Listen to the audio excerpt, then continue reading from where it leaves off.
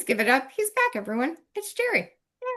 What the what? How is everybody doing? I missed you all. You all look so beautiful. Ira, you look amazing as always. It's always good to see you. Joshua, I love your mustache. I'm still glad you have it. That's the only thing you got going from that damn mustache, Mr. Pringles. I love you, Joshua. Now I know Kelly was talking about the 80s, and believe me, I was one of the 80s kids. Let me tell you something. And the reason for the turtleneck sweater is because, people back then were necking a lot, and parents were not liking the kids getting necked a lot, so they wore them sweaters so they wouldn't get caught necking. And every time they got caught wearing a sweater, they said, "Why are you wearing a sweater when it's like 70 degrees outside?" "Oh, my throat hurts. It's sort of my throat." And it wasn't true. They had more hickeys on it than you couldn't count. It was like a polka dot. And let me tell you something. The hairspray, remember that Aquanet 45? Oh my God, I had a girl in school who had a hair weave like Marge Simpson. Let me tell you, I could never ever see the damn chalkboard. And this girl, I hated each other. I mean, we hated each other. We hated each other so much that our teachers thought we were gonna get married someday. I said, no, I'd rather hang myself, or I'd rather be sucking down a whole can of Aquanet 45 than dealing with that girl. That girl had more hair than body. Remember that song? I ain't got nobody. That was her. Get the hell out of here. But the 80s were cool. I've been recently watching a lot of music videos in the 80s. I want my 80s back, And I look at some of the videos and some of the way they used to outfit the fashion back then. I'm like, what the hell were we thinking? And let me tell you something. These people look cool. If I was dressed like that, I would have kicked myself in the ass looking like that. Because I was a farmer back then. I did not look cool like that. There was no way I could ever look cool. I was like the dorkiest kid you could ever meet. Okay? You ever that kid from Mad Magazine? I could have beaten the hell out of him. I could have been top of that, okay? I could have been on that page. You remember Poindexter? That would be me, Poindexter. I'd be Poindexter. Because that was me. I was the biggest nerd you could ever find. Remember the Goonies? I should have been in that movie. I'd have been the head star of that movie, The Goonies. Let me tell you how much of a goon I was. So, yeah, that was. Thank you for bringing up my childhood back in the 80s there, Kelly. It really just, now I'm more depressed than I was 10 minutes ago. Thank you. So everybody been wondering, gee, Jerry, where have you been for the summer? We haven't seen you around doing any comedy or anything like that. Where have you been? Well, I've been spending a lot of quality time with my father. Anybody have dads? Yeah.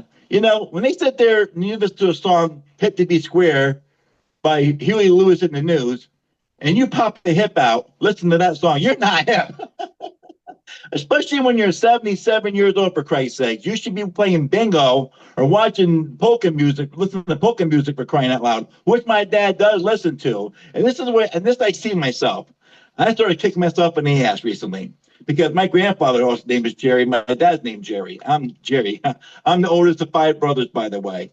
And my dad, my grandfather, and me are all 20 years apart in age. My father, God bless his soul, he would have been 97 years old. My dad's 77, and I'll be 57 in January. So who's have to be square now? Anyway, so I'm like, things you should not be doing, listen, hang on your parents when they're old. Like, my dad found out I broke his hip back in May, and he had to put a metal rod inside him, and that didn't work out too well. So he put a plastic hip inside him, and after a week of having the hip inside him, he popped the hip out. Again, he popped the damn hip out. Listen to hip hop music. Dad, you're 77 years old. He's like, well, you're 56, almost 60. What do you think? You still hip hopping? I said, Dad, I've been hip hopping since the 80s. Where the hell have you been? And there's things you learn about yourself, about your parents. Don't be like your parents. My dad said for years, you can never follow my footsteps. I said, thank God. I said, thank God I can't. Because here's the thing. Nobody on my dad's side of the family lives past 84. Now, God must, if my father, for some reason or another, makes it to be 85, then I know God really hates me. Because then I had the expectation to live to be 85 or 86, for God's sake. And I just want to be 65 or 70. That's it. That's my goal. I don't want, You ever see a wrinkled ass man at 77 years old? I haven't. It scarred me for life, for crying out loud. I don't know any of that crap. It's sad. I'm the oldest, and for some reason, they say being the oldest is the best in the world. No, it's not. It's the worst thing to be the oldest, and I'll tell you why. Because when your parents get old and they get sick, guess who's stuck taking care of them? Guess who's in charge of taking care of them? And what I mean by taking care of them, you make sure they get their medicine, you take care, you feed them, and you got to change them. What? No, no.